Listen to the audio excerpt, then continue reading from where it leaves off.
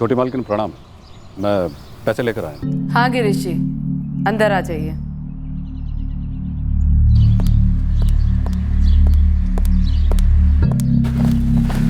प्रणाम सरकार। प्रणाम। मालिक, वो पौधा लगा दिया है, एक बार देख लेते। देखना क्या है प्रशांत, तुमने लगाया है तो ठीक ही होंगे। फिर भी मालिक एक बार। परसों लौट के देखता हूँ। ठीक है प्रशांत। नमस्ते शिवानी जी। नमस्ते गिरीश। ईशा बेटा, देर हो रही है, जल्दी करो।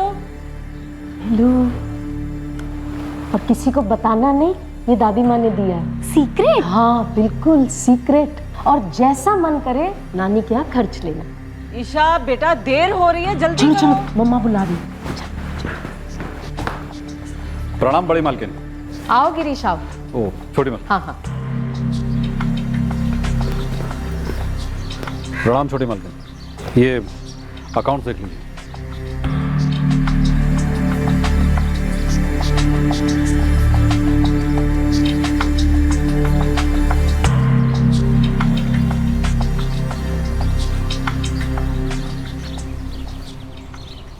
माँ, परसों तक लौट कर आते हैं। ठीक है बेटा, आराम से जाना। अच्छा, वो प्रशांत को बहुत तेज खांसी हो रही थी तो मैंने उसे कल की छुट्टी दे दी है। अच्छा किया, आराम करने दो उसे, और मैं और पद्मिनी संभाल लेंगे बगीचे का काम।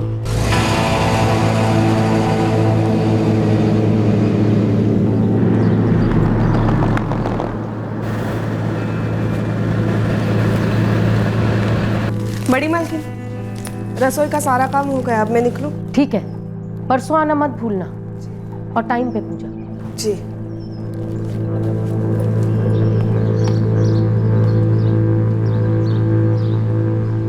ये 7 लाख है। चलता हूँ। प्रणाम छोटी मालकिन।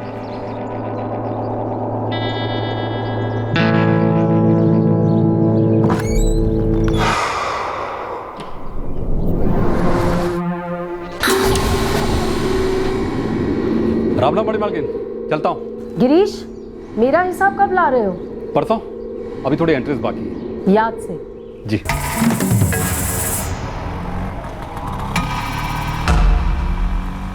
इस राजघराने में कल बहुत कुछ होने वाला है, बहुत कुछ। और इस बहुत कुछ की प्लानिंग शायद आज ही के दिन हुई थी, पर अगले दिन के बाद वाली सुबह इस कांड का पिटारा खुला। भयंकर कांड।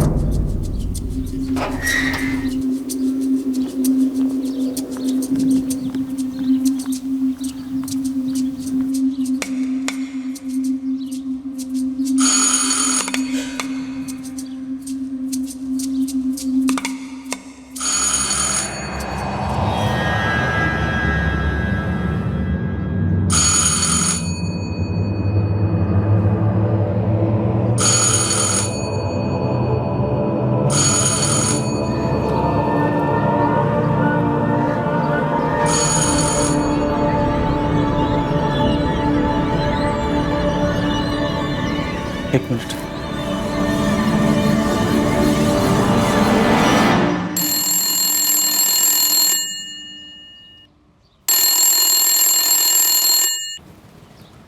फोन भी कोई नहीं उठा रहा है। आदित्य साहब आज आने वाले थे, उन्हीं से पूछता हूँ।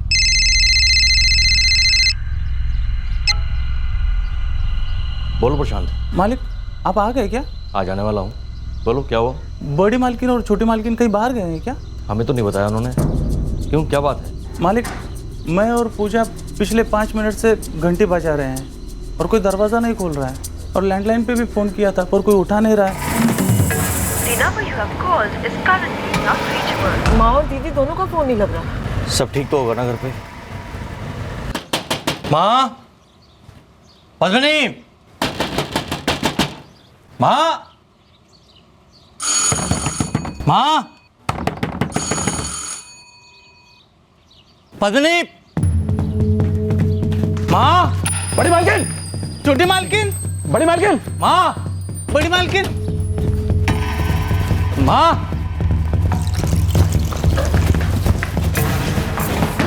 माँ, पद्मिनी, बड़ी मालकिन, छोटी मालकिन, बड़ी मालकिन, छोटी मार्किन पद्मिनी, हाँ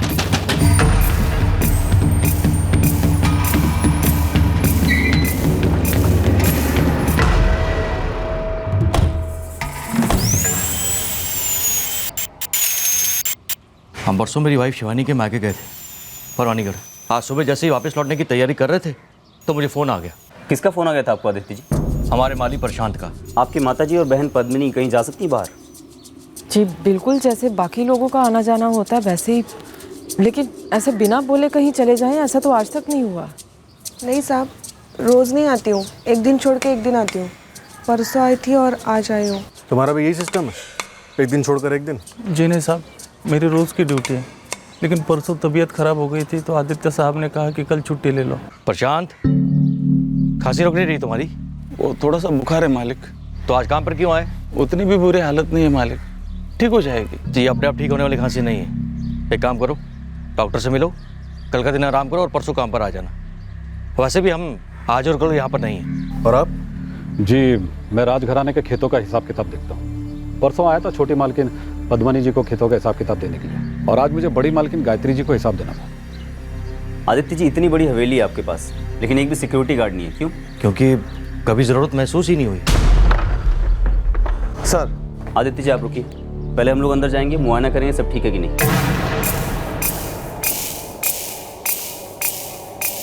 इंस्पेक्टर, माँ और पद्मिनी का रूम ऊपर है।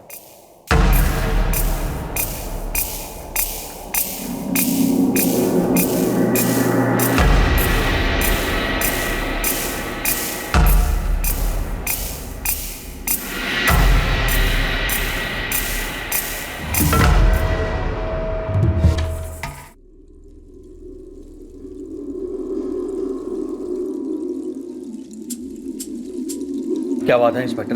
मैडम आप बच्ची को इधर ही रखिए। आदित्य जी आप दोनों हमारे साथ ऊपर चलिए। हुआ क्या है ऊपर? बच्ची बाहर प्लीज।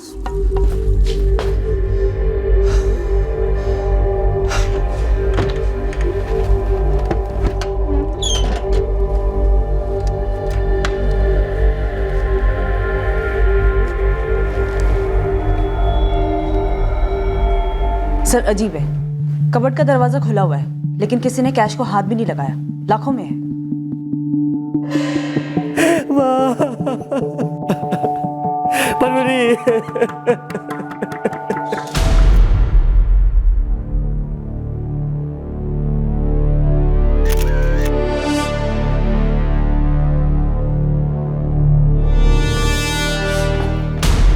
सर लगभग पूरी हवेली छान मारी, दोनों लेडीज गायत्री और पद्मिनी के मोबाइल कहीं नहीं मिले। सर हवेली के किसी भी खिड़की और दरवाजे पर जबरदस्ती घुस के आने के कोई निशान नहीं है। घर का बाहरी दरवाजा सेल्फ लॉकिंग दरवाजा है, तो जो भी अंदर आया होगा वो चुपचाप इसी दरवाजे से बाहर चला गया होगा। सर कातिल कोई जान पहचान वाला हो सकता है? घर के माली प्रशांत को छुट्टी दी गई थी, नौकरानी पूजा की वैसी छुट्टी थी, और अकाउंट संभालने वाले गिरीश जी आज आने वाले थे। घर का बड़ा बेटा आदित्य, उसकी पत्नी शिवानी और बेटी ईशा भी यहाँ पर नहीं थे जब मर्डर्स हुए। हमारे सामने बहुत सारे बीज हैं, अब देखना यह है कि इन मर्डर्स की साजिश में कौन से बीज बोए गए थे। दोनों 30 से 48 घंटे पहले मारी गई है। 30 से 48 घंटे पहले? डॉक्टर इतना वाइड रेंज, मतलब ये कि कत्ल कल 19 जनवरी को या फिर परसों 18 जनवरी को, दोनों में से किसी भी दिन हुए हो सकते हैं। हाँ, पॉसिबिलिटीज यही है। ये पद्मिनी की बॉडी काली पड़ गई है। हाँ, पर इस काले रंग की वजह से गला घुटने का निशान कवर हो गया है, पर इसे इलेक्ट्रोक्यूट भी किया गया है। गायत्री देवी स्ट्रेट गला घुटा गया है। कोई sexual assault? No. Prima facie तो यही लगता है कि इन मर्डर्स के साजिश की सारी वायरिंग गलत हो गई है।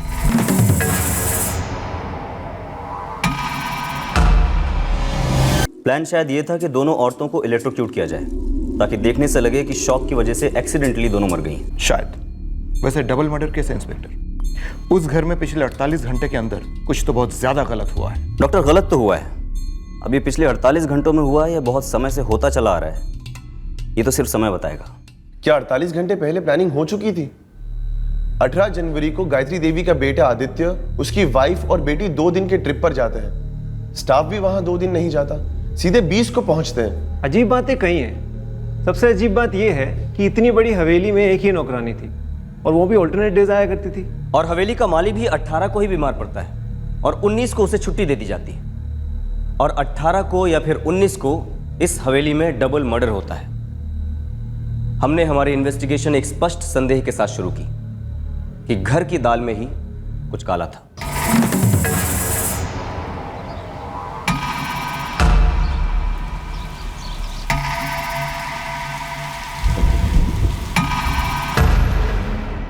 हम तो बस अफसोस ही कर सकते हैं कि काश हम कहीं ना गए होते, लेकिन तकदीर का लिखा ना तो कोई पढ़ सकता है और ना ही कोई रोक सकता है। ये डबल मर्डर्स तकदीर नहीं है, क्राइम है, भयंकर वाला क्राइम। ये परवानीगढ़ जाने का प्लान अचानक बना था? जी नहीं, एक अरसे से हम शिवानी के माता पिता से नहीं मिले थे। आपका ये ट्रिप प्लान होता है 18 जनवरी को और वापसी का प्लान बनता है 20 जनवरी को। जी। आपका मुनीम गिरीश भी 18 तारीख को आता है और फिर गायत्री जी के हिसाब के लिए समय लेता है 20 तक। जी, ये उनके बीच में बात हुई होगी, मुझे उसके बारे में पता नहीं है। और आपकी नौकरानी पूजा, वो भी 18 के बाद सीधे 20 तारीख को आती है, अजीब सी ऑल्टरनेट ड्यूटी के हिसाब से। और 19 तारीख को मैंने मेरे माली प्रशांत को छुट्टी दे दी थी। और ये दोनों मर्डर्स 18 या 19 जनवरी को ही हो जाते हैं। और आप कह रहे हैं कि ये इत्तेफाक नहीं, साजिश है? आदित्य जी, मैं कह नहीं रहा हूँ, जाहिर सी बात है कि एक साजिश है।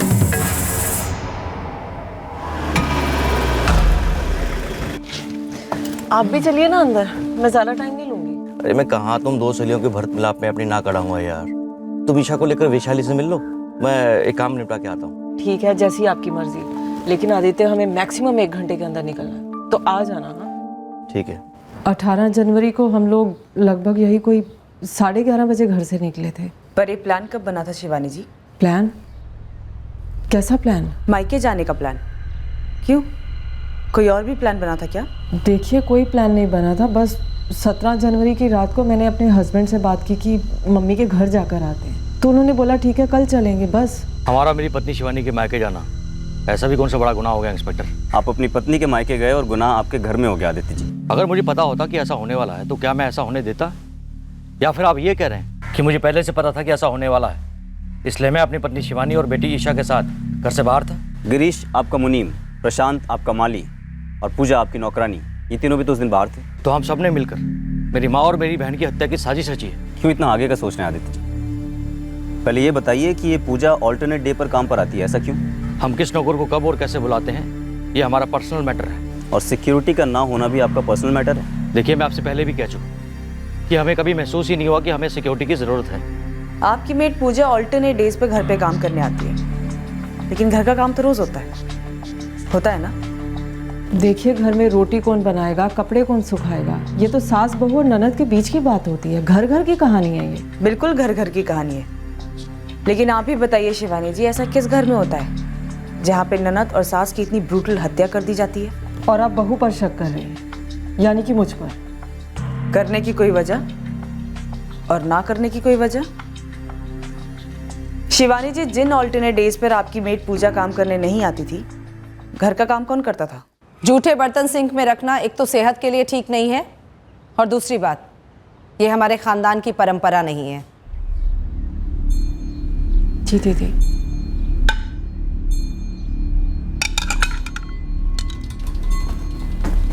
गायत्री देवी और पद्मनी जी के हिस्से में जो पुश्तैनी ज़मीनें हैं, मैं उसकी देखभाल और सारे अकाउंट संभालता हूँ। ज़मीनें बढ़ चुकी हैं माँ, बेटी और बेटे के बीच? ये तो बड़े मालिक की मर्जी थी, इसलिए मरने से पहले वसीयत में तीनों को अपने अपने हिस्से दे दिए थे। आप गायत्री देवी और पद्मनी का हिस्सा संभालते हैं, आदित्य का क्यों नहीं? क्योंकि वो अपनी ज़मीन का हिसाब किताब खुद ही संभालते हैं। अकेले? हवेली का मालिक प्रशांत कभी कभार उनकी मदद कर देता है, काफ़ी खास है उनका। हाँ, प्रशांत चंडेल को बुखार था तो वो दवाई लेने के लिए आया था 18 तारीख को।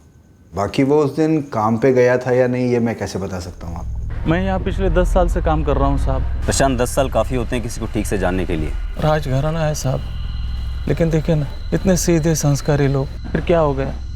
बड़ी मालकिन और छोटी मालकिन को किसी ने मार डाला। कोई बचाने वाला भी तो नहीं था। ताज्जुब होता है कि इतनी बड़ी हवेली है लेकिन कोई सुरक्षा नहीं, एक भी सिक्योरिटी गार्ड नहीं। साहब, छोटा मुंह बड़ी बात, ये बात मेरे मन में भी कई बार उठी थी, लेकिन किस मुंह से मालिक से बात छेड़ता? मैं ठहरा नौकर आदमी। प्रशांत, हमें लगता है कि ये कत्ल घरेलू मामलों की वजह से हुआ है। क्या ऐसा कुछ है जो तुम जानते हो, जो हमें पता होना चाहिए लेकिन हम नहीं जानते?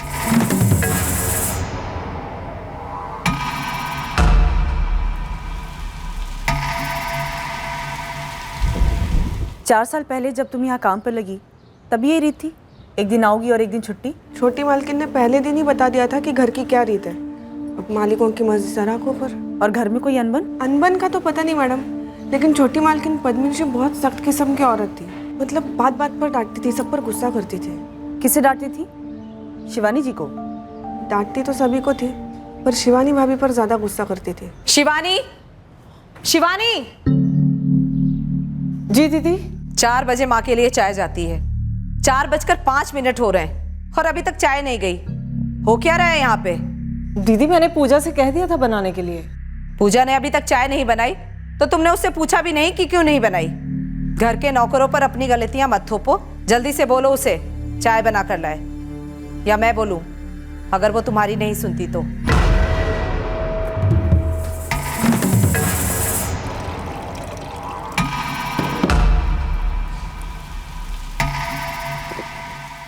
आप उस दिन 2 घंटों के लिए कहाँ गए थे? अब तुम भी मुझसे सवाल पूछोगी?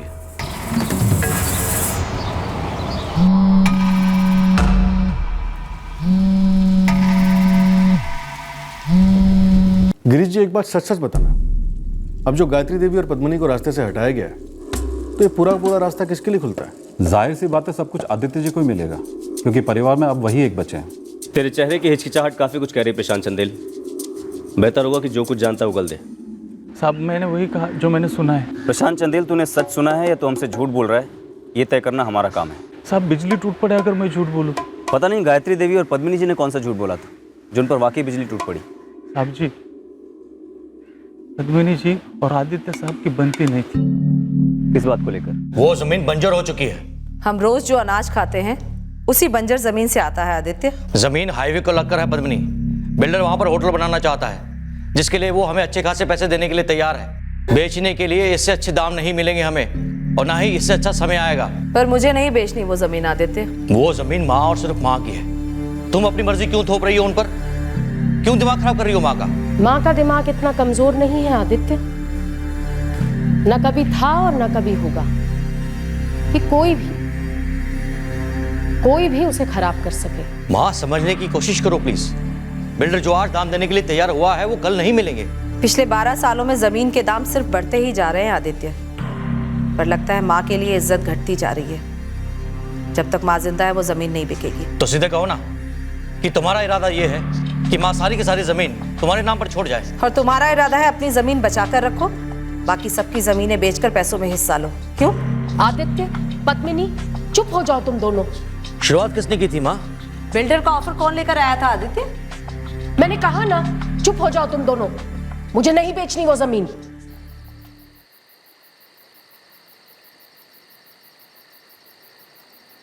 पद्मिनी दीदी जो कुछ भी कर रही है ना, बस हमारा हिस्सा मारने के लिए कर रही है। अच्छे से जानता हूँ। 1 नंबर की मौका प्रस्त। एक बात बोलूं आपसे? अब बोलने वाले तो हो, फिर पूछने का क्या मतलब है? बात ही कुछ ऐसी है, दीदी का गुस्सा ना सिर्फ मुझसे है, सिर्फ मुझसे। क्यों? क्यों क्या? शादी और बच्चे का सुख तकदीर में लिखवाया तो नहीं जाता ना। और माँ भी हमेशा उसी की तरफदारी करती है। भला कौन सी माँ चाहेगी?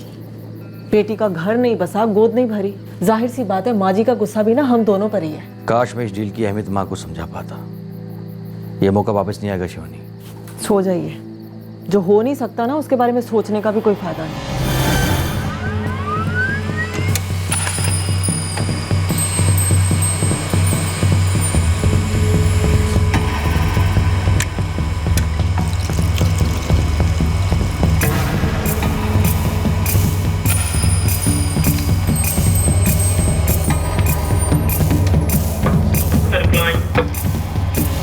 सर, गायत्री और पद्मिनी के फ़ोन रिकॉर्ड स्कैन हो चुके हैं। 19 जनवरी को उनको कोई कॉल नहीं आया था। और एक दिन पहले 18 जनवरी को? सर, 18 की शाम को उनके बेटे आदित्य ने उनको फ़ोन किया था, अपने ससुराल परवानीगढ़ से। और इस प्रशांत, गिरीश और पूजा की फ़ोन रिकॉर्ड्स? कुछ नहीं निकला सर। तीनों की सेलफोन लोकेशन हवेली के आसपास नहीं दिखा रहे। और ये आदित्य और शिवानी?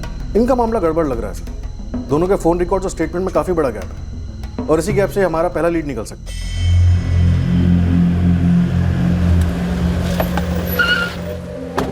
हाँ मंगेश, क्या बता रहे थे तुम इस हीटर के बारे में?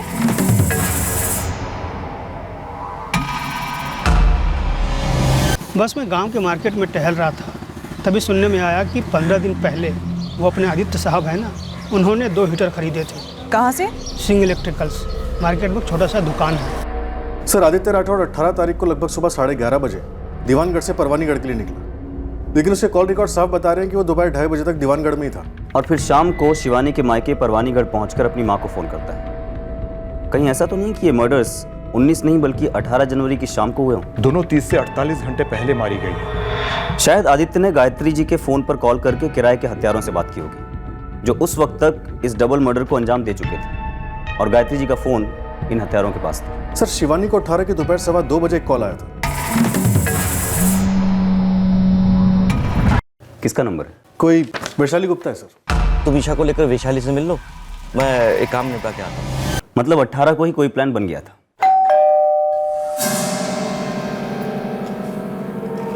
शिवानी, ओए कैसी है? मैं अच्छी हूँ।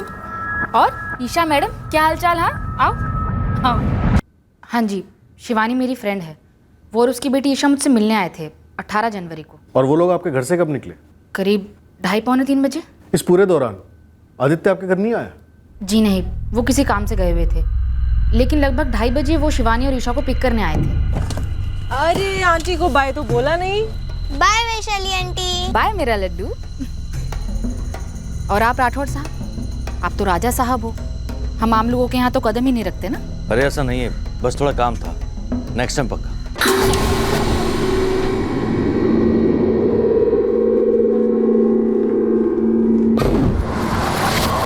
आदित्य, एक मिनट बात सुनना। हाँ बोलो शिवानी। पुलिस ने वैशाली को फोन किया था। क्यों?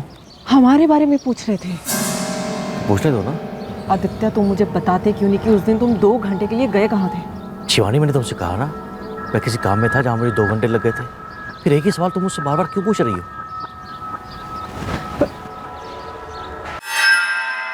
राठौर हवेली में हमारी दुकान से सामान जाए, ये तो गर्व की बात है मैडम। ऐसी वाला हीटर लेकर गए थे आदित्य बाबू, टॉप का है ये, 2 पीस लेकर गए थे। आपको कोई हल्की चीज़ कैसे दे सकता हूँ मालिक? इसे छूने से करंट लगेगा क्या? एक कॉइल वाला हीटर है मालिक, इसे तो ऐसी जगह पर रखा जाता है जहाँ गलती से भी किसके हाथ ना पहुँचे, वरना करंट तो मारेगा ही मारेगा। अब पैक कर दो ना इसे। मुझे 2 हीटर चाहिए। आदित्य ने स्पेशली पूछा था कि इस हीटर से शॉक लगता है या नहीं। मैं क्यों मनगढ़ंत बताऊंगा मैडम? मैं और शिवानी काफी लंबे टाइम बाद मिल रहे थे, हम कॉलेज मेट्स थे। वैशाली जी, उस राठौड़ परिवार में कुछ तो चढ़ रहा था, आपको कभी बू नहीं आई? मैं सच कह रही हूँ, मुझे कुछ नहीं पता, लेकिन इतना जरूर कहूंगी कि मेरी फ्रेंड शिवानी का कुछ तो टेंशन चल रहा था वहाँ। इट्स टू मच यार, एवरी ऑल्टरनेट डे नौकरानियों का नॉनसेंस। तू मुझे बता रही है? आदित्य से बात कर, तू तो नौकरानियों की टीम रखवा ले। मजाक मत कर यार, आदित्य वैसे पहले से बहुत परेशान है, वो हाईवे वाली ज़मीन को लेके। ये पद्मिनी दीदी भी ना कभी कभी सांपों वाली चाल चलती है। फ्रस्ट्रेशन है यार, ज़बरदस्त। वही तो है, खुद ना तो शादी की ना फैमिली बनाई, और पूरी की पूरी भड़ास निकालती है मुझ पे। तुझे पता है, जिन ऑल्टरनेट डेज पे पूजा नहीं आती, पूजा का A to Z पूरा का पूरा काम मैं करती हूँ, और जब वो आती भी है ना, गलती वो करती है, सुनना मुझे पड़ता है। यार तो आदित्य से बात करना, तुम लोग अलग हो जाओ, I mean, अलग रह लो। पद्मिनी दीदी यही तो चाहती हैं कि हम अलग हो जाएं और पूरी की पूरी प्रॉपर्टी पे कुंडली मार के बैठ जाए। मैं नहीं करने वाली है। इतना पैसा होने के बाद भी लोगों ने क्या खस्ता हालत कर रखी है अपनी। सही कह रही हूँ। तुझे पता है, खेतों से जितना आता है ना, उसी से गुजारा चलता है। पूरी की पूरी इनकम ठप पड़ी है, इसीलिए तो हम लोग हवेली नहीं छोड़ रहे, करोड़ों की है। बातें करते करते 2 बज गए, पता भी नहीं चला। और ये आदित्य को देखो, मैंने बोला भी था 1 घंटे में निकलना है, आ जाना। फोन तक नहीं किया अभी तक। कहाँ रह गए? क्या हुआ? फोन नहीं मिल रहा। देख, अंदर आने के बाद तूने अपना बैग तो खोला है नहीं, और तेरे हाथ में भी नहीं था, शायद गाड़ी में रह गया होगा। शिवानी ने मेरे फ़ोन से अपने फ़ोन पर कॉल किया, सिर्फ रिंग जा रही थी। दोबारा से कॉल किया तो आदित्य ने फ़ोन पिक किया, तब हमें पता चला कि फ़ोन गाड़ी में ही रह गया है। और तकरीबन 2:30 बजे आदित्य मेरे घर आ गए थे। उन 2 घंटों के लिए आदित्य कहाँ था? मुझे नहीं पता सर।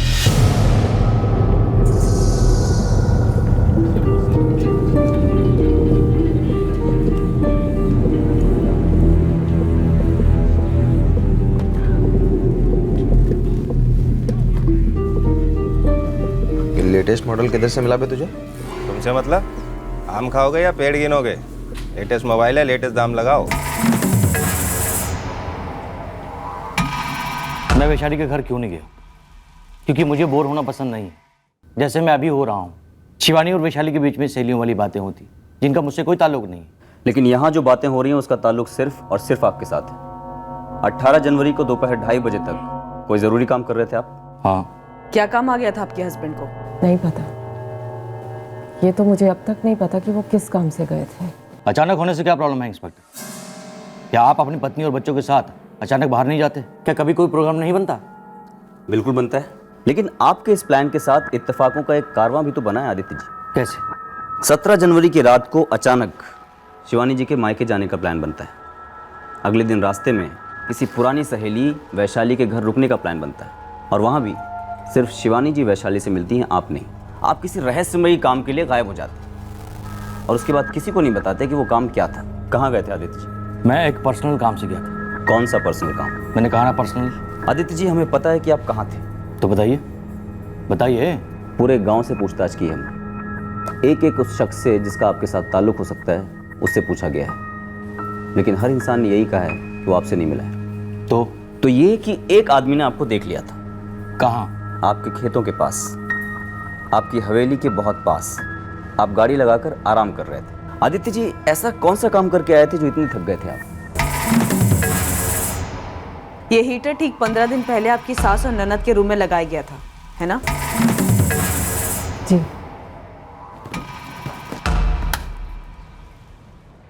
माँ, सर्दियों में ये हीटर कमरे को गर्म रखेगा। क्यों तकलीफ की बेटा? माँ, आप बहुत बदल गई हो। क्या हुआ आदित्य? आप मुझसे ऐसे फॉर्मल पेश आती हो जैसे मैं आपका बेटा नहीं पर आया हूँ। जब से मेरी शादी हुई है तब से। ऐसा कुछ नहीं है। इधर आओ, मेरे पास बैठो। माँ, मैं अजनबी नहीं हूँ, मैं बेटा हूँ आपका, दुश्मन नहीं हूँ। माँ, प्लान ये था आपका कि इन मर्डर्स को एक्सीडेंट का रंग दिया जाए या फिर शायद सुसाइड का। लेकिन दिक्कत की बात यह है कि जिनको आपने ये काम करने के लिए हायर किया वो निकम्मे निकले और आपका मिशन फेल हो गया। सॉरी, इस वक्त आपकी इन्वेस्टिगेशन फेल हो रही है और आपकी कॉमन सेंस भी, क्योंकि आप प्योर बकवास कर रहे हैं। वो हीटर्स 15 दिन पहले, सिर्फ 15 दिन पहले आपने लगाए थे उनके कमरे में। ऐसे हीटर्स जो शॉक दे सकते हैं। आप और हम दोनों एक ही कस्बे में रहते हैं और आप और हम दोनों अच्छी तरह से जानते हैं कि पिछले 15 दिनों में सर्दियां अपनी पीक पर है। ठंड से बचने के लिए मैंने वो हीटर अपनी माँ और बहन के कमरे में लगाया था और एक हीटर अपने कमरे में भी। और आपने सिंह इलेक्ट्रिशियंस के मालिक शंकर सिंह से खास तौर पर पूछा था, डबल चेक किया था कि क्या हीटर के कॉइल को छूने से उससे शॉक लग सकता है। पूछा था, बिल्कुल पूछा था, ताकि ये बात मैं अपनी माँ और बहन को बता सकूं कि हीटर का स्विच ऑन करके कमरे से बाहर ना जाए, क्योंकि उस कमरे में मेरी छोटी बेटी ईशा आती जाती रहती है। अगर गलती से भी ईशा ने उस कॉइल को छू लिया तो कुछ भी गलत हो सकता है। लेकिन आप है कि बात को पता नहीं कहां से कहां ले गए। आपके और पद्मिनी के बीच में कोई अनबन चल रही थी? मनगढ़ंत कहानियां बना रहे हैं आप लोग हमें फंसाने के लिए। माना कि आदित्य की पद्मिनी दीदी के साथ और यहाँ तक कि कभी कभी माँ जी के साथ भी अनबन रहती थी, लेकिन वो किसी का कत्ल करने या करवाने वाले आदमी नहीं है। अनबन कंटिन्यू थी, छोटी छोटी बातों पर, बड़े बड़े मसलों पर तनाव भी रहता था, लेकिन इसका कारण मैं नहीं था, वो पद्मिनी थी, जिसके दिमाग का पारा 24 घंटे चढ़ा रहता था। मैंने आज तक तुम्हारे आदमी गिरीश के खिलाफ कभी आवाज उठाई है? गिरीश जी मेरे आदमी कब से हो गए? उनके दादा परदादा हमारे दादा परदादा के मुनीम थे, बस। हद है, एक पुराने मुलाजिम के लिए ये किस तरह की बहस शुरू हो गई है तुम दोनों के बीच में? माँ, पद्मिनी को कोई हक नहीं बनता कि वो प्रशांत पर चिल्ला दे। माँ, मुझे कोई ये बताएगा कि प्रशांत इस हवेली के अंदर कदम रखता कैसे है? उसे ये इजाजत दी किसने? कहाँ जा रहे हो प्रशांत? छोटी मालकिन, वो पिछवाड़े जा रहा था बगीचे के कुछ औजार लेने। जब आदित्य नहीं है तो तुम घर के अंदर आए कैसे? वो बगीचे का काफी काम रुका पड़ा था और औजारों के बिना हो नहीं पाता, इसलिए आया था। तुम क्यों आते हो? सबको सब कुछ पता है।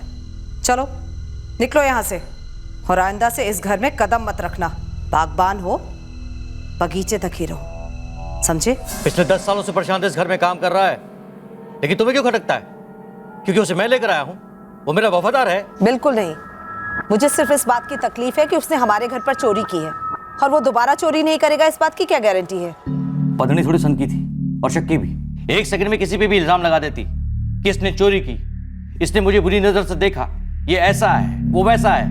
बस उसे चुप कराने के लिए कभी कभार हमारे बीच में थोड़ी बहुत बहस हो जाया करती थी। लेकिन इसका मतलब ये नहीं है कि मैं अपनी माँ और बहन का कत्ल करवाऊंगा, कभी नहीं। इंस्पेक्टर, इतनी सारी बातें साफ साफ बताने के बाद भी अगर आपको लगता है कि आपके पास कोई सबूत है तो मुझे गिरफ्तार कर लीजिए, वरना बिना सबूत का हैरेसमेंट बंद कर दीजिए। और मेरी फैमिली मैटर में दखल देना वो तो बिल्कुल ही बंद कर दीजिए।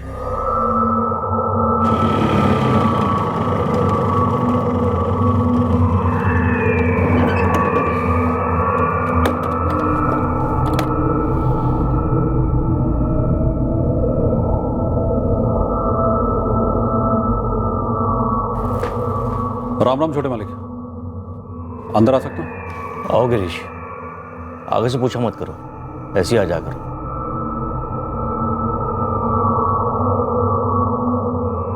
सर जो कुछ भी हुआ है घर के अंदर से ही हुआ।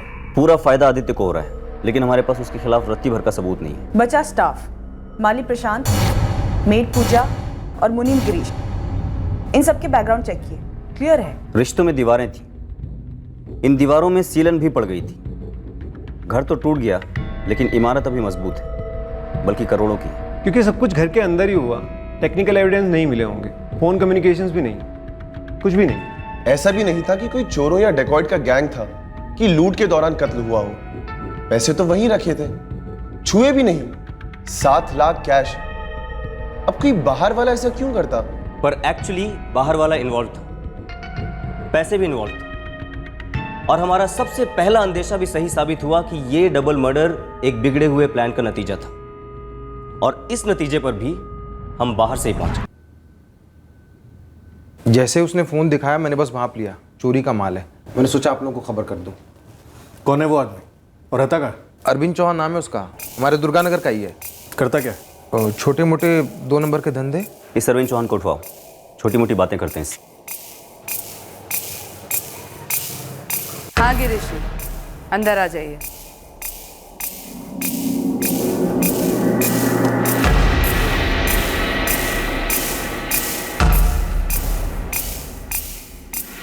ये फोन तो पद्मिनी का है, आपको कहाँ से मिला? किसी ने बेचा इसे, खरीदने वाले ने आकर ईमानदारी से रिपोर्ट करा दिया।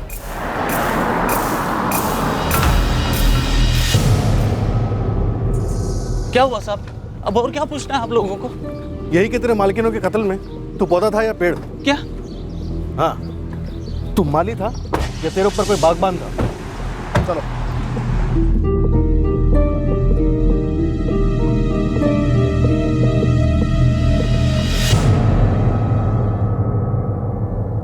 क्राइम हिस्ट्री में डिप्लोमा है अरविंद का, चोरिया मारपीट सब। और अब 2 कत्ल करके सीधे पीएचडी कर ली। नहीं साहब नहीं, मैं तो बस पैसों की लालच में वहाँ गया था, तो हुआ अब क्या बताऊँ साहब। सब कुछ बताएगा तू अरविंद, तेरी पीएचडी का वाइवा एग्जाम है आज। बताया तो मालिक, वो हवेली का माली प्रशांत चंदेल, उसने जो कहा मैंने वो किया साहब। और ये प्रशांत चंदेल, ये किसकी सुन रहा था? कौन था इसके ऊपर? कोई नहीं था साहब, बस उसके अंदर बदले की आग थी। उन्होंने 4 साल पहले उसे जेल भिजवाया था। ये प्रशांत चंदेल की चोरी का केस तो हमारे ही थाने का है। मैडम हम में से कोई भी तब इस थाने में नहीं था। पीएसआई साहब 1.5 साल पहले आए, आप 1 साल पहले, बड़े साहब को आए हुए 6 महीने हो गए, और मुझे खुद 2 साल हो गए, और ये केस तो 4 साल पुराना है मैडम।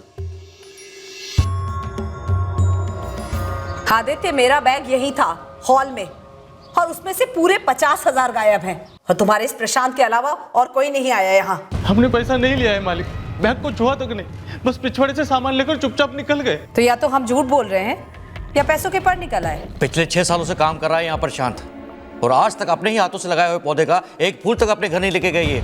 और पता नहीं क्या क्या चुरा कर ले गया होगा इन 6 सालों में इस हवेली से। नहीं छोटी मालकिन, ऐसा मत कहिए, मैं कितने सालों से ईमानदारी से काम करता आया हूँ यहाँ पर, और सिर्फ साहब का ही नहीं, आपका भी तो काम करता हूँ ना। तो एक आखिरी काम और कर लो प्रशांत, चुराए हुए 50,000 वापस कर दो, और आइंदा से इस हवेली में कदम मत रखना। पद्मिनी, इस हवेली के सारे फैसले सिर्फ तुम नहीं कर सकती। ये पुलिस केस है आदित्य, अब फैसला अदालत करेगी, और साबित पुलिस।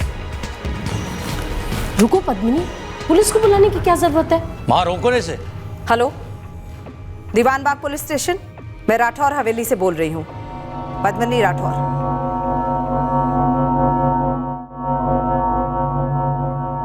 3 दिन लॉकअप में रखा, पीटा भी, लेकिन मार खाते खाते मैं सिर्फ यही कहता रहा, मैंने चोरी नहीं की।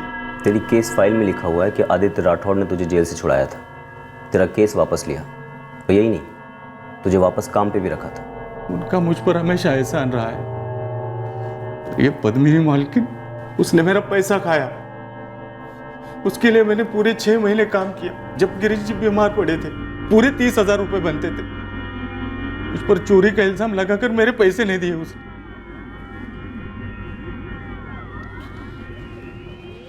छोटी मालकिन, मेरे पैसे तो दे दो मुझे। तुम्हारी हमारे कमरे में कदम रखने की जरूरत कैसे हुई?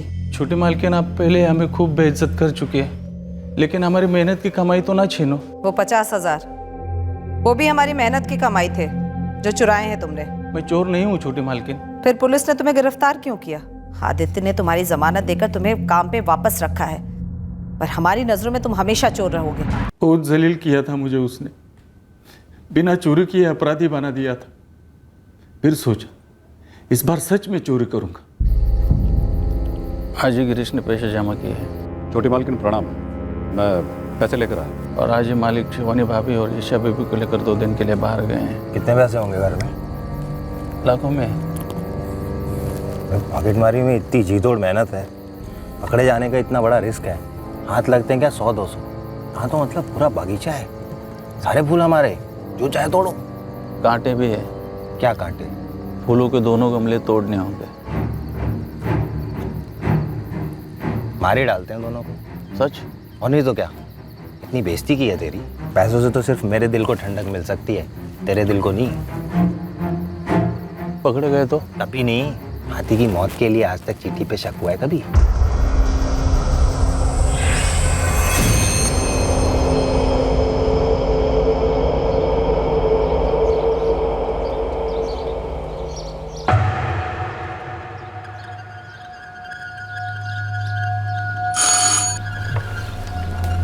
सामान लेना है। कितनी बार बोला तुम्हें, आदित्य घर पे ना हुआ करे तो अंदर मत आया करो।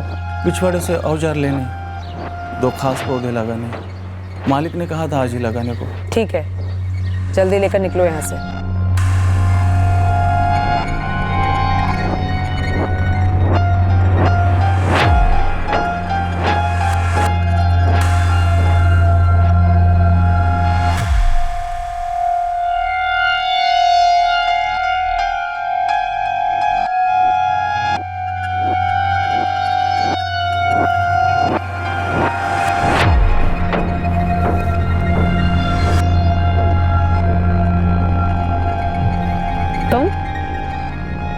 ये कौन है तुम्हारे साथ?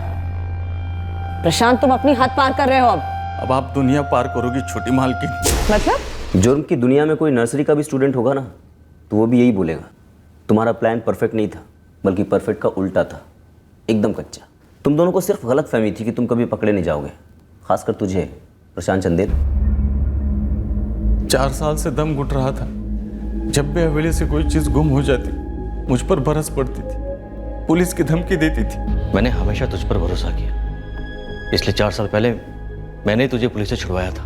पर मुझ पर लगा दाग तो नहीं छूटा ना मालिक। और वही झूठा इल्जाम तो मुझ पर लगाने चला था, पुलिस को गुमराह करके, कि मैंने अपनी माँ और बहन का कत्ल करवाया है। कहाँ गई तेरी वफादारी? गलती हो गई मालिक। लेकिन प्रशांत, तुझे मरते दम तक इस बात का अफसोस रहेगा कि तूने अपने ही हाथों से अपना बागान उजाड़ दिया, अपने जीते जी अपनी बीवी को विधवा और बच्चे को अनाथ बना दिया। इसे गलती नहीं कहते प्रशांत।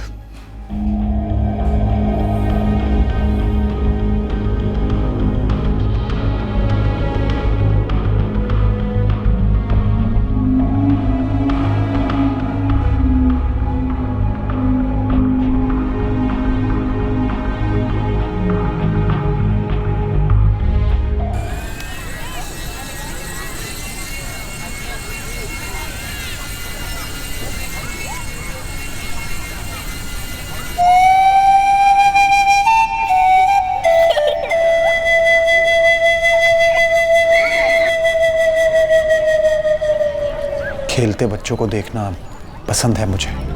यहाँ बैठना ऐसे अच्छा लगता है। लाइफ में सब कुछ है, बस इस एक सुख के लिए तरसता हूँ।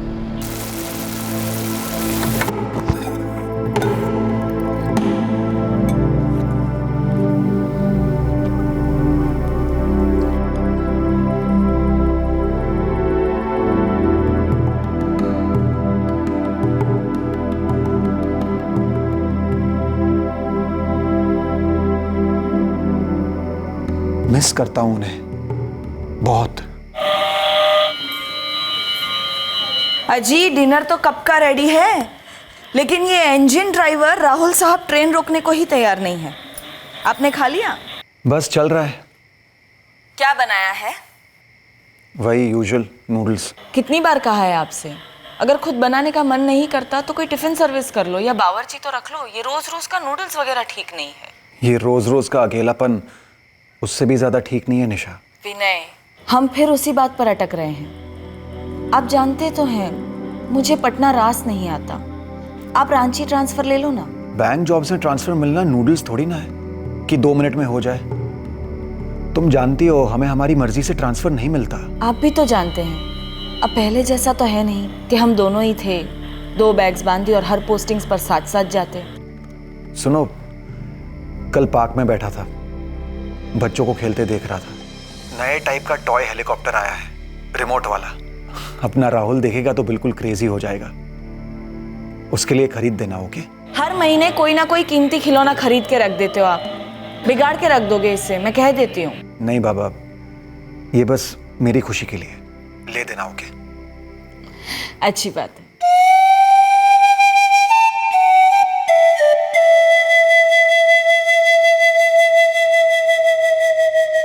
बीवी बच्चा होने की खुशी, उनसे दूर होने का दर्द, दोनों जज्बात मेरे अंदर उधम मचाते हैं। एक डर सा मंडराता है कि हमेशा के लिए दूर हो जाएंगे मुझसे। शायद दूर हो चुके हैं मुझसे।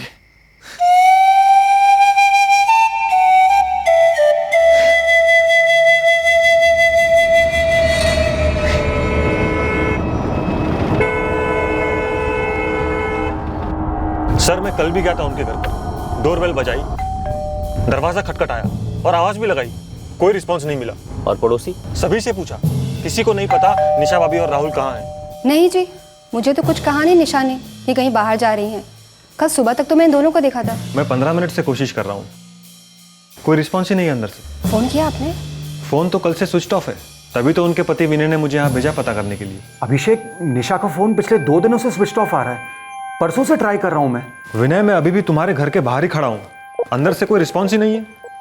भाभी कहीं अपने मायके या फिर तुम्हारे पेरेंट्स के घर तो नहीं गई? नहीं, वो दोनों जगह नहीं गई है, मैंने चेक किया है। और अगर जाती भी तो मुझे इन्फॉर्म करके जाती ना। और अपना फोन क्यों बंद रखती वो? तो फिर पुलिस? और सीधे सीधे मैं आपके पास चला आया सर। और ये विनय पांडे कहाँ, पटना में रहते हैं? 1 साल से पटना में ही है, ब्रांच मैनेजर है। इसके पहले उनकी पोस्टिंग यही रांची में थी। निशा भाभी और राहुल यहीं रहते हैं और विनय अकेले पटना में रहते हैं।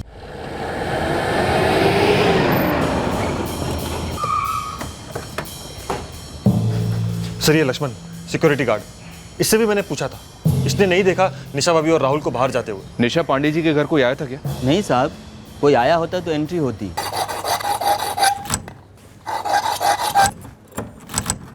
विनय, पुलिस ने भी बेल बजाई, कोई रिस्पांस नहीं है।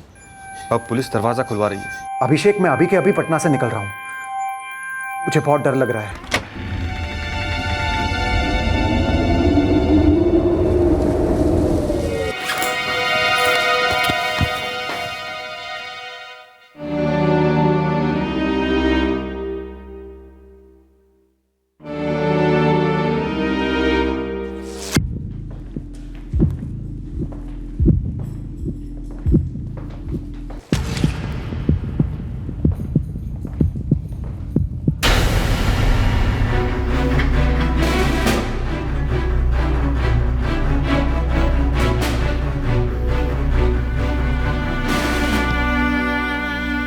मुझे अंदर क्यों नहीं जाने दे रहे ये लोग? विनय, निशा भाभी और राहुल की बॉडीज पोस्टमार्टम के लिए गई। पुलिस किसी को भी अंदर नहीं जाने दे रही। तुम्हें पुलिस स्टेशन चलना होगा। अभिषेक, तूने खुद ने देखा निशा और राहुल को? क्या सच में निशा और राहुल नहीं रहे?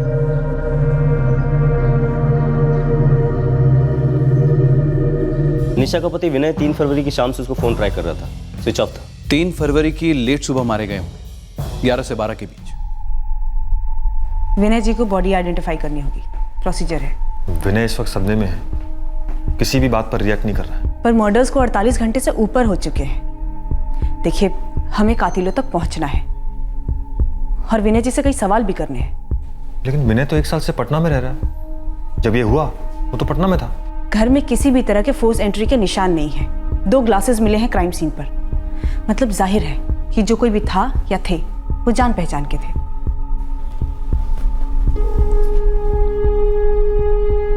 विनय,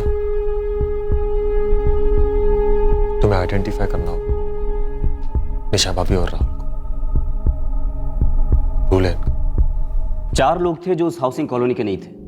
3 फरवरी की सुबह उस बिल्डिंग में ये चारों दाखिल हुए थे और यही चारों हमारे पहले सस्पेक्ट्स थे।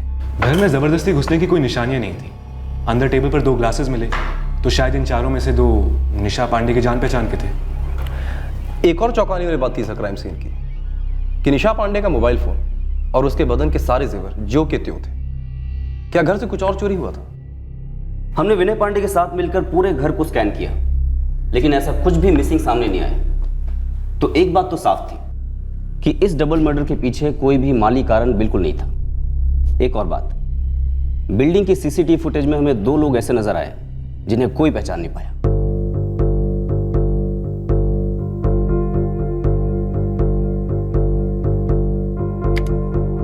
सर ये जो साइन कर रहा है ये है श्याम गुप्ता और ये जो इसकी बगल में है सर ये है जितेंद्र कश्यप। ये दोनों इंटीरियर का काम करते हैं सर। निशा पांडे के फ्लैट के ठीक नीचे वाले फ्लैट में ये दोनों काम कर रहे थे, विकास पाठक के घर। ये दोनों? ये तो मेरे घर का इंटीरियर कर रहे हैं। ये है श्याम गुप्ता और ये है जितेंद्र कश्यप। साहब ये दोनों रोज आते हैं। और ये दोनों? नहीं सर, इन दोनों को तो मैं नहीं जानता हूँ। साहब मुझे लगा ये दोनों इन दोनों के साथ आए हैं। मतलब तुम इन दोनों को नहीं जानते? मैंने उनसे पूछा नहीं साहब। सर बिल्डिंग के हर फ्लैट में जाकर दोनों के सीसीटीवी ग्रैब्स दिखाए, लेकिन किसी को भी नहीं पता कि ये दोनों कौन थे। बिल्डिंग में अगर दाखिल हुए हैं तो बाहर भी जरूर निकले होंगे। राइट सर, तकरीबन 11:30 बजे। एक मिनट, देखो इन दोनों की शर्ट्स चेंज हुई हैं। बिल्डिंग के अंदर दाखिल होते वक्त ये वाली शर्ट्स नहीं थी, कोई दूसरी शर्ट थी अभी भी, लेकिन इनका हुलिया मजदूरों जैसा ही है। हाथ में वैसे ही झोला भी है।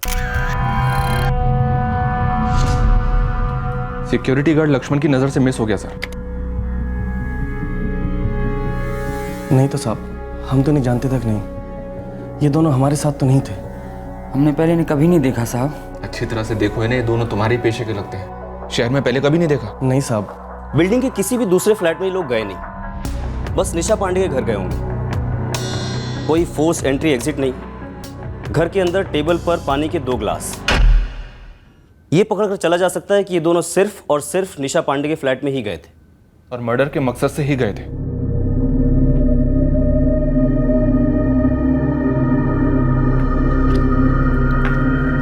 मुझे नहीं मालूम सर। आपकी बिल्डिंग में किसी को नहीं मालूम कि ये दोनों कौन है? उस दिन आपकी वाइफ का मोबाइल स्विच ऑफ होने से पहले उन्होंने ना तो किसी को कॉल किया और ना ही उन्हें किसी का कॉल आया।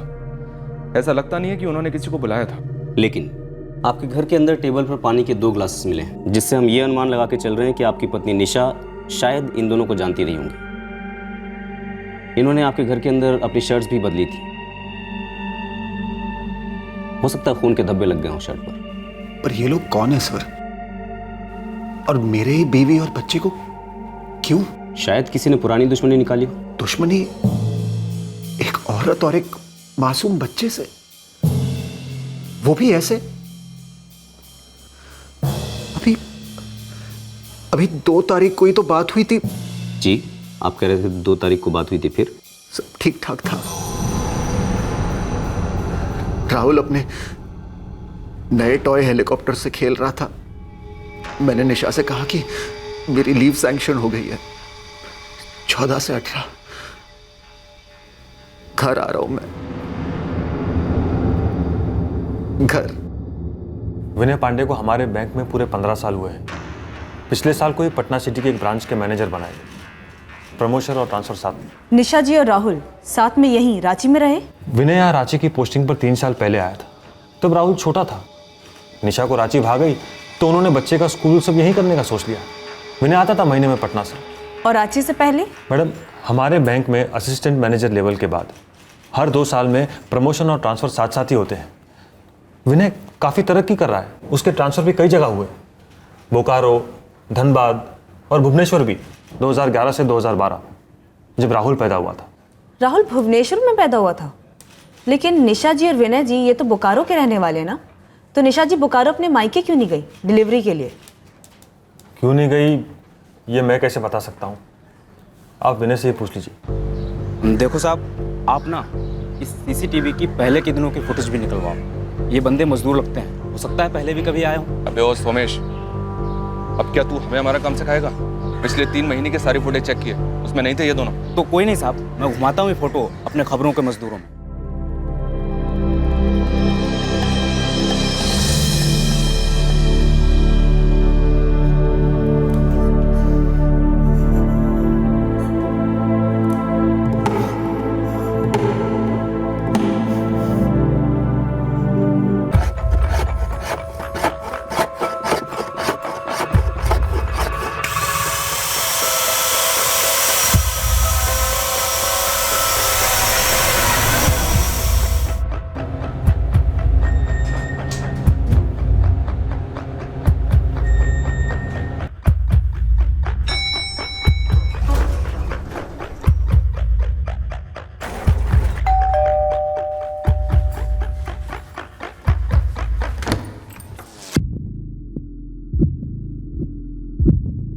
सर, फॉरेंसिक रिपोर्ट के हिसाब से ग्लासेस पर निशा पांडे के फिंगरप्रिंट्स के अलावा फिंगरप्रिंट्स के 2 और सेट मिले। सर वो निशान इन 2 हथियारों के ही होंगे। लेकिन ये दोनों पांडे परिवार से किस तरह कनेक्टेड हैं, इस बारे में हमारे पास कोई जानकारी नहीं। एक बात तय है कि निशा पांडे इन दोनों को जानती ज़रूर थी। पत्नी और बच्चा रांची में रहते थे, पति पटना में। दोनों में से किसी का भी अफेयर्स हुए हो सकते हैं। वाइफ निशा के कॉल रिकॉर्ड से ऐसा कुछ मिला तो नहीं है सर। बाकी विनय के बैंकर दोस्त अभिषेक के कॉल रिकॉर्ड्स मंगवाए मैंने। इस विनय पांडे के फ़ोन रिकॉर्ड्स खंगालो, इनसाइड जॉब की पॉसिबिलिटी भी हो सकती है। सर एक बात खटक रही है, निशा और विनय की शादी 14 साल पहले हुई थी, पर उनका पहला बेटा राहुल 5 साल पहले पैदा हुआ था। हाँ, तो करियर वरियर के चक्कर में फैमिली प्लानिंग लेट की होगी। माना आजकल ऐसा काफ़ी होता है, बट सर एक और बात खटक रही है कि निशा ने अपनी डिलीवरी भुवनेश्वर में करवाई अकेले, ना वो बोकारो अपने मायके गई और ना ही ससुराल। सर ऐसा तो काफ़ी कम ही होता है। शालिनी, तुम्हें इस बच्चे में कोई एंगल नजर आ रहा है? सर एंगल का तो नहीं पता, पर एक फीलिंग है धुंधली सी। तो फिर इस धुन को हटाओ, टटोलो, पूरी जानकारी निकालो इस कपल की और इस बच्चे की। अम्मा, एक खुशखबरी है, मतलब सबसे बड़ी खुशखबरी। अम्मा, निशा प्रेग्नेंट है। भगवान के घर देर है अंधेर नहीं। ये तो वाकई सबसे बड़ी खुशी की बात है। तू बस आज के आज निशा को लेके बोकारो आ जा। अरे अम्मा, ऐसे कैसे? मैं कह देती हूँ, तेरी एक ना सुनूंगी मैं। यहाँ मैं और निशा की माँ दोनों मिलकर माँ और बच्चे का ऐसा ध्यान रखेंगे कि सब याद रखेंगे। नहीं नहीं निशा, ना अब हम तुम्हारी कोई बात सुनेंगे और ना ही जमाई बाबू की। तुम आ रही हो मतलब आ रही हो। लेकिन माँ, डॉक्टर ने सफर करने से मना किया है ना। ये तुमने सही नहीं किया निशा। 5 महीने बाद हमें बता रहे हो बेटा। आपको तो पता है ना माँ, कॉम्प्लिकेशंस पहले से ही थी। जब डॉक्टर ने कहा कि आप बता सकते हैं तो सबसे पहले आप ही को बताया है। चलो कोई बात नहीं। देखो बेटा, अब तुम फ्लाइट करो, कुछ भी करो, लेकिन आना तो तुम्हें पड़ेगा ही।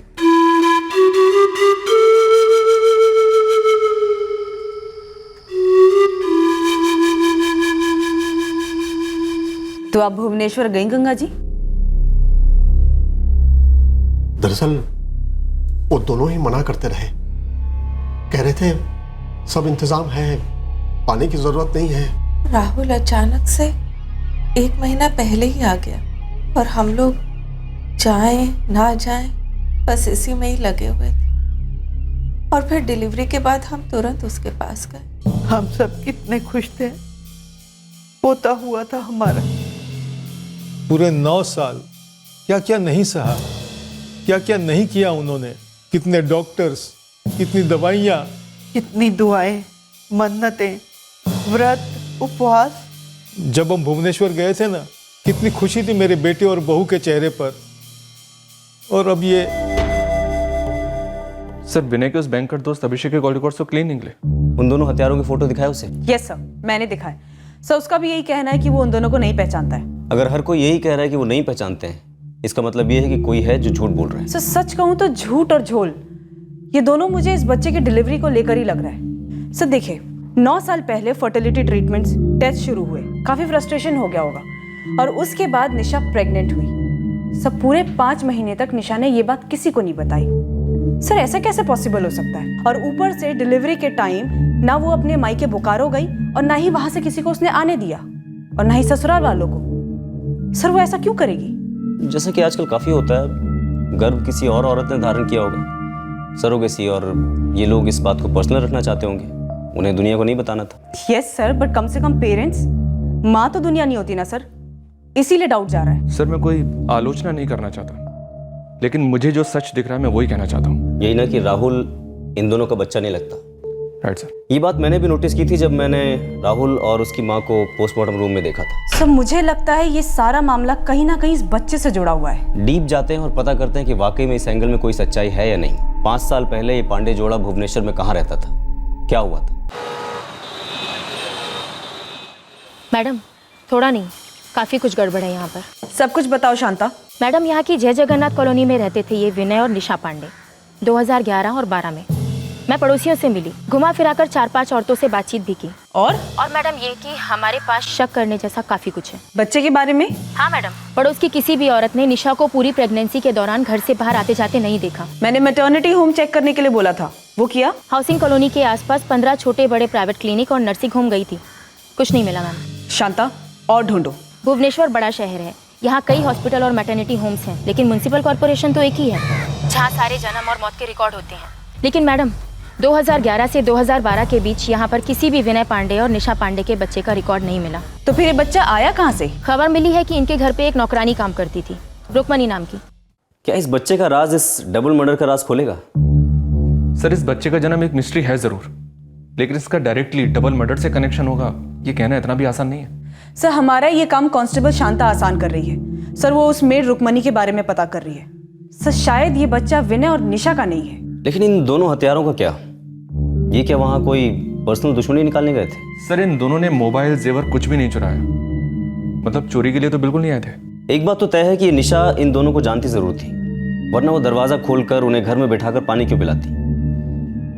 कहीं ऐसा तो नहीं कि ये विनय हमसे कुछ छुपा रहा है? सर मैं चाहता हूं कि निशा और राहुल के हत्यारे पकड़े जाए और उन्हें सजा भी मिले, पर तब तक मैं इस घर में नहीं रह पाऊंगा जहां उनकी इतनी भयंकर हत्या की गई थी, वो भी सिर्फ 1 हफ्ते पहले।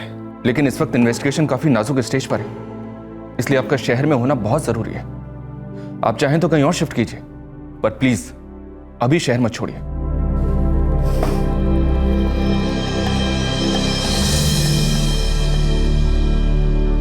पुलिस कह रही है उन दोनों के लिए दरवाजा खोला गया, उनको पानी दिया गया, उन्होंने पिया और फिर मार डाला हमारी बहू को और राहुल को।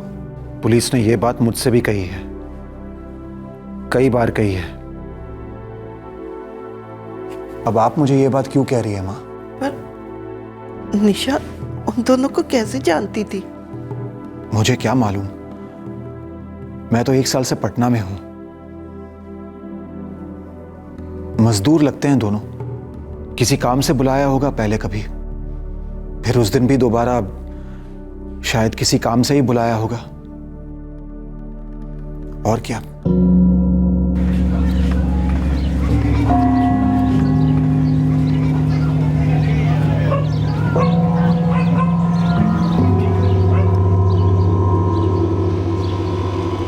आ गई माँ।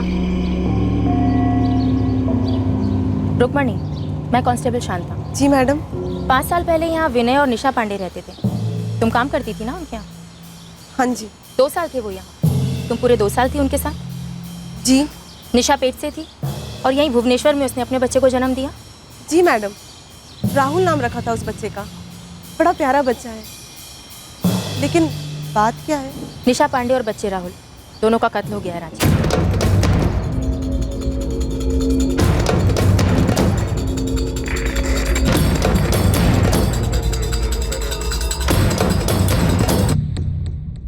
देखो रुक्मणी, जो जो जानती हो सब बता दो।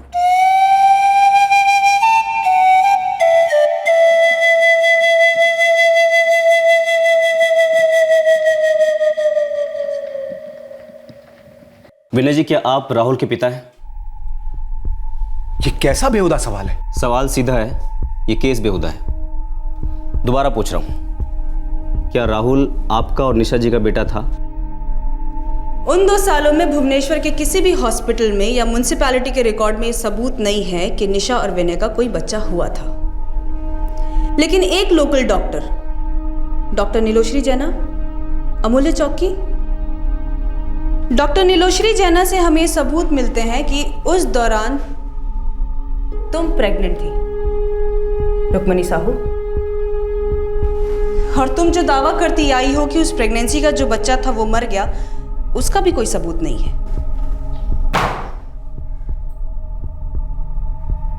वो बच्चा मरा हुआ पैदा हुआ था मैडम। तो डेथ सर्टिफिकेट होना चाहिए ना, जो नहीं है।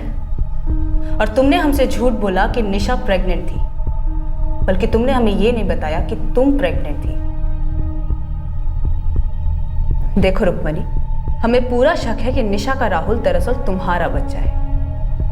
और अब जब निशा और राहुल दोनों का मर्डर हो चुका है और तुमने हमें सच नहीं बताया ना, तो हम ये मान कर चलेंगे कि निशा और राहुल के कत्ल में तुम्हारा भी हाथ हो सकता है। तो सोच लो।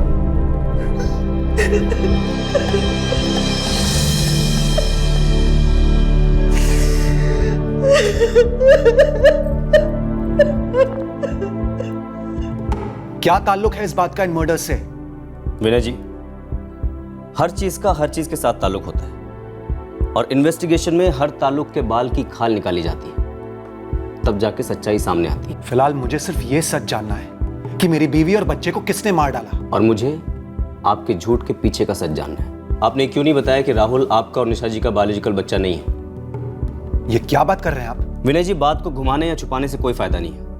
हम लोगों ने राहुल की बायोलॉजिकल मदर को ट्रेस कर लिया है, भुवनेश्वर में, रुक्मणी साहू। आप मुझे ये बताइए कि क्या आपने राहुल को रुक्मणी से 3 लाख रुपए में खरीदा था? मैं अपने बच्चे को बेच कैसे सकती हूँ साहब? नहीं रुक्मिणी, हम तुम्हारा बच्चा खरीद नहीं रहे हैं। हम बस तुम्हारे बाकी 2 बच्चों की परवरिश के लिए एक छोटी सी गिफ्ट दे रहे हैं, मतलब मदद कर रहे हैं तुम्हारी। देखो रुक्मणी, जगन्नाथ ने तुम्हें 2 सुंदर और स्वस्थ बच्चे दिए हैं। तुमने तो देखा है हमने क्या क्या नहीं किया बच्चे के सुख के लिए। लेकिन अब डॉक्टर्स ने भी जवाब दे दिया है, मेरी कोख में बच्चा ठहर ही नहीं सकता। रुक्मिणी, हम इस बच्चे को पूरी तरह से अपना लेंगे, उसे सबसे अच्छी परवरिश देंगे, उसकी हर मांग पूरी करेंगे। ये मेरा वादा है तुमसे। प्लीज एक बार इसके बारे में सोचो। हाथ जोड़ता हूं तुम्हारे आगे, प्लीज। मेरा पति दिहाड़ी मजदूर है मैडम। जिस दिन काम मिला उस दिन 4 पैसे घर आते हैं। मैं घर कामों से उस बच्चे को उतनी अच्छी परवरिश नहीं दे पाती जो वो लोग देने के लिए तैयार थे। और वो 3 लाख भी देने को तैयार थे। ना ना मैडम, मैंने पैसे के लिए नहीं बेचा था अपने बच्चे को। मैंने बस सोचा कि मेरे बाकी के 2 बच्चों को 2 मुट्ठी और चावल मिलेगा, बस। जगन्नाथ की कसम, मैंने पैसे के लिए नहीं भेजा था उसको। गोद लेने का प्रोसीजर लंबा होता है, ऊपर से हम किसी को बताना नहीं चाहते थे कि राहुल हमारा खून नहीं है, खुद राहुल को भी नहीं। ये राज सिर्फ निशा और मेरे बीच रहने वाला था। मैं पागलों की तरह तरसता था दोनों के लिए। हर पल यही सोचता था कि काश वो दोनों मेरे साथ पटना में होते। इतने सपने देखे थे मैंने उन दोनों के लिए, लेकिन आज वो दोनों मेरे लिए सपना बन गए। एक भयंकर सपना। क्या ये भयंकर सपना आप ही ने रचा था विनय पांडे? क्या कहा आपने? क्या निशा और राहुल का कत्ल आपने करवाया?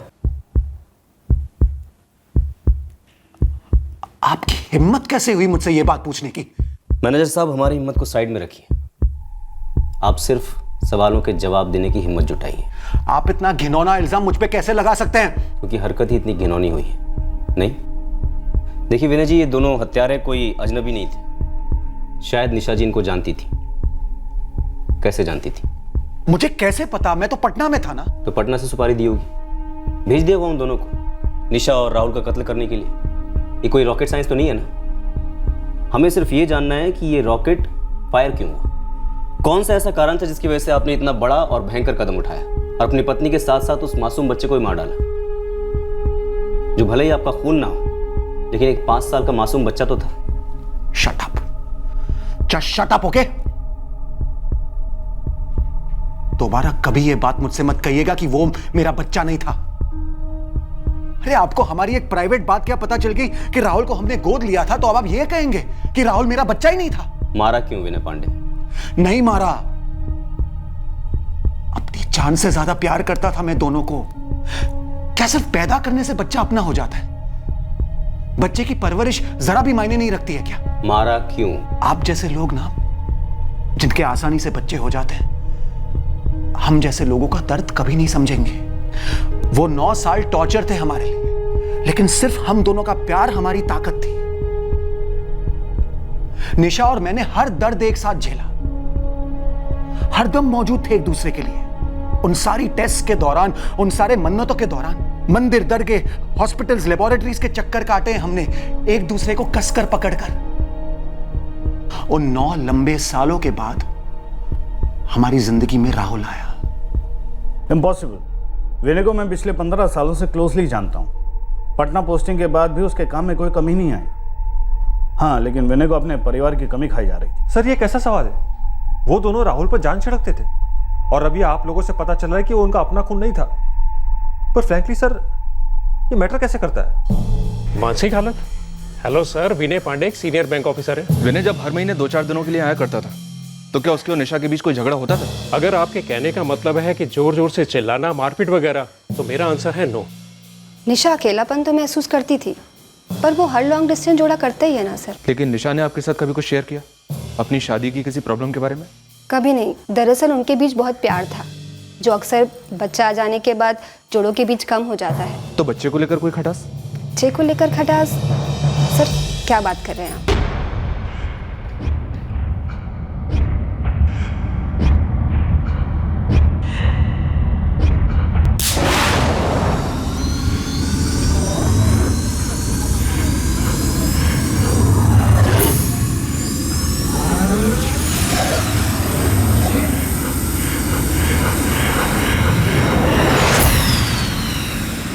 सर, इन दोनों पर अभी तक खबरियों से कोई भी इनपुट नहीं आया है।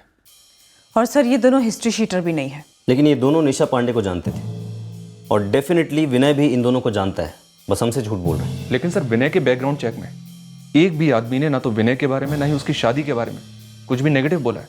दरअसल इन दोनों की जिंदगी काफी सेटल थी। बैंक की टॉप सैलरी है सर, बोकारो में एक फ्लैट है, यहाँ रांची में एक कार है, पटना में एक कार है। मतलब अगर ऐसे ऊपर से देखने जाएं तो इस परिवार में काफी खुशहाली दिखती है सर। और सर, मैंने इस विनय और निशा के फोन रिकॉर्ड्स को 10 बार खंगाला। किसी भी तरह के अफेयर शफेयर की कोई बू भी नहीं आई, ना ही पति की और ना ही पत्नी की। तो फिर क्या है? ऐसा कौन सा एंगल है जो हमसे मिस हो रहा है? निशा की बॉडी पर गहने इंटैक्ट, कबर्ड में से कोई सामान चोरी नहीं हुआ, बस माँ और बेटे का गला काटा गया। लेकिन उसके पहले दोनों हत्यारों ने पानी पिया, जो कि बिल्कुल भी पेशेवर नहीं है। अगर होते तो ए, मोडस ऑपरेंडी कुछ अलग होती, और बी, घर का सारा कीमती सामान चुरा कर ले जाते, ताकि हमें लगे कि ये केस रॉबरी का मर्डर का है। और मोस्ट इंपॉर्टेंटली, निशा उन दोनों को जानती थी, वरना वो घर का दरवाज़ा खोलकर उन्हें घर में बिठाकर पानी क्यों पिलाती? राहुल, पापा ने क्या कहा था? ये हेलीकॉप्टर गार्डन में चलाने के लिए है, घर पर नहीं। अगर क्रैश हो गया तो दूसरा नहीं मिलेगा।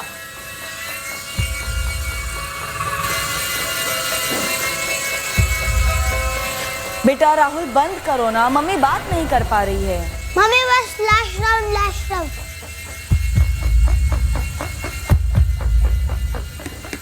निशा को कोई आइडिया नहीं होगा कि उस पर अटैक होने वाला है, और बच्चा तो खैर। शायद ये दोनों खास निशा और बच्चे को मारने आए थे सर, मतलब भेजे गए थे। सर, मैंने भुवनेश्वर में राहुल की बायोलॉजिकल मदर रुक्मणी और उसके हस्बैंड, इन दोनों का बैकग्राउंड चेक कराया। सर, सीधे साधे लोग हैं, 2 वक्त का खाना भी बड़ी मुश्किल से मिलता है। तो सर, खुद के पैदा किए बच्चे को मरवाने के लिए किसी पेशेवर हत्यारे को कैसे हायर करेंगे, और क्यों? लेकिन पता नहीं क्यों मेरे शक की सुई इस विनय पांडे पर जाके अटक गई है। लेकिन सर, उसके खिलाफ तो हमारे पास एक सुई जितना भी सुराग नहीं है। वही तो, बंदा सीनियर बैंक मैनेजर है, तगड़ा दिमाग है। बहुत ही कैलकुलेटेड तरीके से इस विनय पांडे ने सारे सुराग और सबूत कवर अप किए हैं। बस ये पता चल जाए कि क्यों मार डाला इसने अपनी बीवी और बच्चे को, मुझे इस बात का पूरा यकीन है कि हमारा मुजरिम विनय पांडे ही है।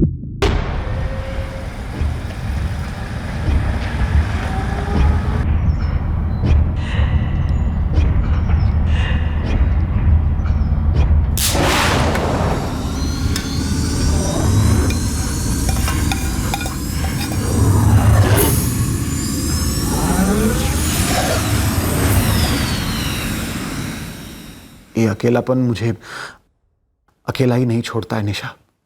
दिन तो जैसे वैसे काम में कट जाता है, लेकिन शाम होते ही कुरेदने लगता है मुझे, और रातों को मेरा गला घोंटता है।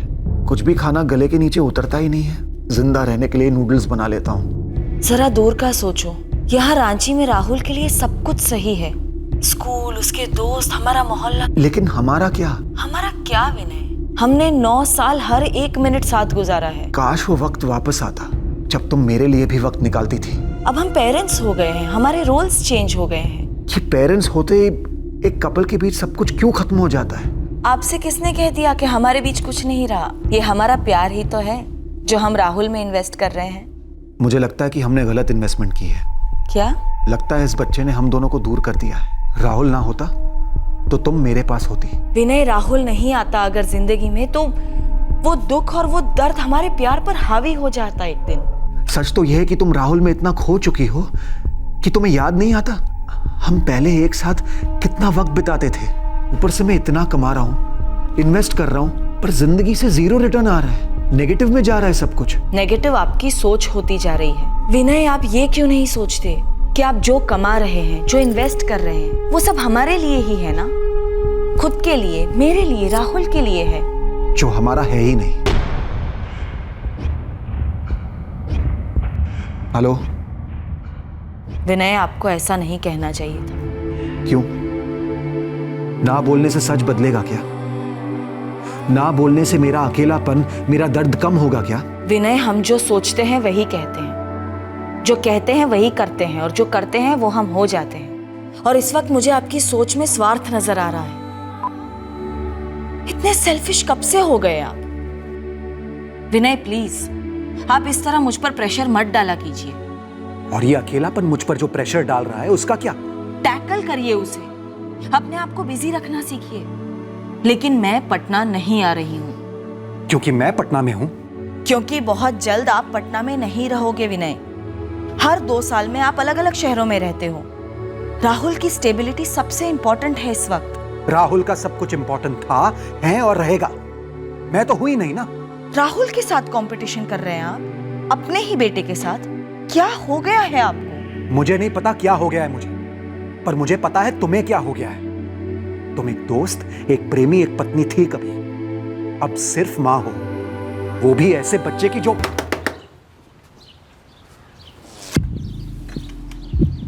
प्रणाम साहब। ये क्या बात कर रहे हैं साहब? खुद का बीवी और बच्चे को। सब ठीक तो है ना साहब? क्या ठीक है क्या नहीं ये जानना तुम्हारा काम नहीं है। 4 लाख दे रहा हूं, मेरा काम हो जाना चाहिए। कहाँ करना है साहब? कब करना है? रांची, एड्रेस दे रहा हूं। लेकिन तुम दोनों मुझे एक बार भी फ़ोन नहीं करोगे, ना ही मैं तुम्हें फ़ोन करूंगा। ये रहे आधे पैसे, बाकी काम हो जाने के बाद यहीं पे तैयार रखूंगा। जीवन, सुरेश, दोनों यहाँ पर अचानक? मैडम, वो रांची आए थे किसी काम से, तो विनय बाबू से पता चला कि आप और बबुआ यहीं रहने आए हैं, तो हम सोचे आपसे मिल आते हैं। कोई फर्नीचर का काम वाम हो तो बता दीजिए। फर्नीचर का तो अभी कोई काम है नहीं, पर इतनी दूर से आए हो, चाय नाश्ता करके जाना।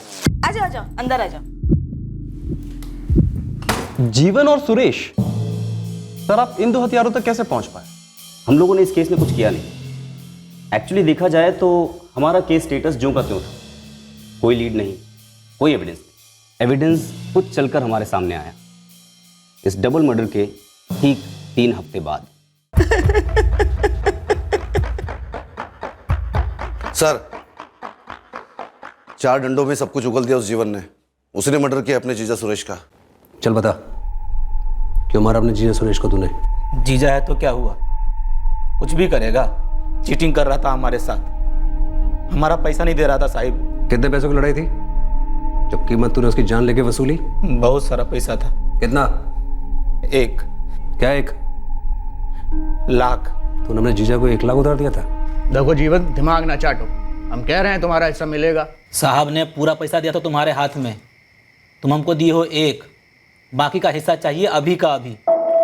अभी का अभी लगा रखा है। हम बोले हैं ना कि हम 1 रखा हूँ, बाकी का 2 कहीं लगाया है। जब आएगा तो मिल जाएगा तुम्हारा 1। तो जहाँ लगाया हो वहाँ के ब्याज में से दोगे आधा हिस्सा? नहीं दोगे। जीजा तुम 4 क्लास पढ़े हो तो हम भी 2 क्लास पढ़े हैं, बुड़बक नहीं है हम। बतिया तो बुड़बक की तरह ही रहे हो। जब हम बोल रहे हैं मिल जाएगा पैसा तो फिर काहे कुत्ते की तरह भौंक रहे हो? 3 हफ्ता हो गया है, अभी सिर्फ भौं कर रहे हैं, नहीं तो काट लेंगे। ये धमकी बमकी है ना किसी और को देना, भरोसा नहीं है हम पर। रत्ती भर भी नहीं है। तो फिर बैठो चुपचाप। हमको मालूम था वो हमारा पैसा नहीं देगा, चालाकी करेगा हमारे साथ। ऐसा गुस्सा आया कि रात में हथौड़ा उठाए और माथा पर दिए बस। ऐसा कौन सा फर्नीचर बनाया तूने जो किसी साहब ने तेरे को 4 लाख मजदूरी दी? बोल बोल। पीयूष नगर थाना बोकारो से सब इंस्पेक्टर उदय ठाकुर बोल रहा हूँ सर। हाँ उदय बोलो। सर आपका एक डबल मर्डर केस है, निशा पांडे और उसका बेटा राहुल पांडे। हाँ वो डेड एंड पर है, अभी कोई लीड नहीं मिली हमें। तुम्हें कोई लीड मिली है? सर आपको लीड नहीं, कातिल दे रहे हैं। कौन है? सर ये बोकारो के 2 मिस्त्री हैं, जीवन प्रसाद और उसका जीजा सुरेश झा। इन्हें 4 लाख की सुपारी दी थी निशा के हस्बैंड विनय पांडे ने। मतलब हमारा शक सही निकला।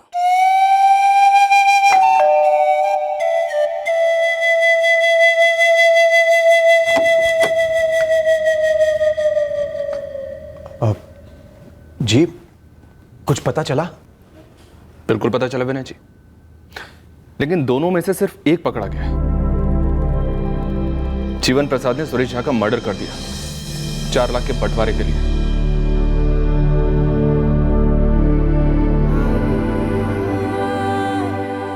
आपकी और निशा दीदी की दलीलें सुन के दिल मेरा पिघल गया था। कलेजे पे पत्थर रख के मैंने अपना बच्चा आपको दिया था। आपने क्या किया? आपकी सोने की थाली से बेहतर तो मेरे हाथ के 2 निवाले होते। बच्चा मेरा जिंदा तो होता।